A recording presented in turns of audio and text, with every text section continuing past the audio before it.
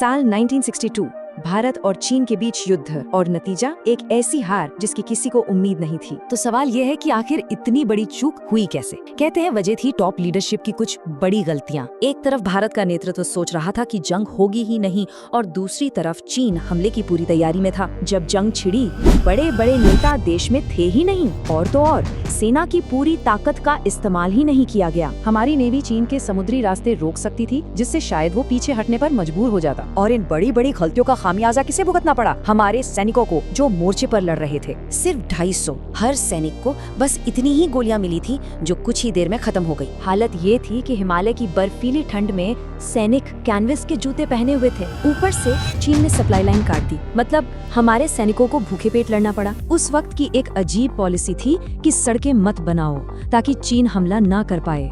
नतीजा, हमारे सैनिक अकेले पड़ गए। लेकिन वो 1962 था। आज का भारत वैसा नहीं है। अब हर पुरानी गलती से सबक लिया जा चुका है। आज की तैयारी बिल्कुल अलग है, चाहे वो मजबूत लीडरशिप हो, नए हथियार हो या फिर बॉर्डर तक पक्की सड़कें। अब सेना हर वक्त हाई अलर्ट पे रहती है। ये 1962 से एकदम उल्टा है। इसका मतलब अब हम सिर्फ बचाव नहीं करते, बल्कि एक प्रोएक्टिव रणनीति अपनाते हैं। सेना तो तैयार है, लेकिन एक और मोर्चा है जहां आज भी एक बड़ी चुनौती है। इसे समझने के लिए चाणक्य के सप्तांग सिद्धांत को देखते हैं। ये किसी भी देश की ताकत को परखने का एक तरीका है। इस सिद्धांत के 7 स्तंभों में से भारत ज्यादातर पर मजबूत है, लेकिन एक जगह कमजोर है, कोश यानी देश की अर्थव्यवस्था। और यहीं पर चीन हमसे बहुत आगे निकल गया है। उसकी इकोनॉमी आज एक बहुत बड़ी ताकत है। हाल ही में भारत ने चीन के एक बैंक से करीब 9,000 करोड़ का कर्ज लिया है। ये एक कड़वी सच्चाई है। तो आखिर में सवाल यही है, क्या सिर्फ सैन्य ताकत के दम पर एक आर्थिक महाशक्ति का मुकाबला किया जा सकता है?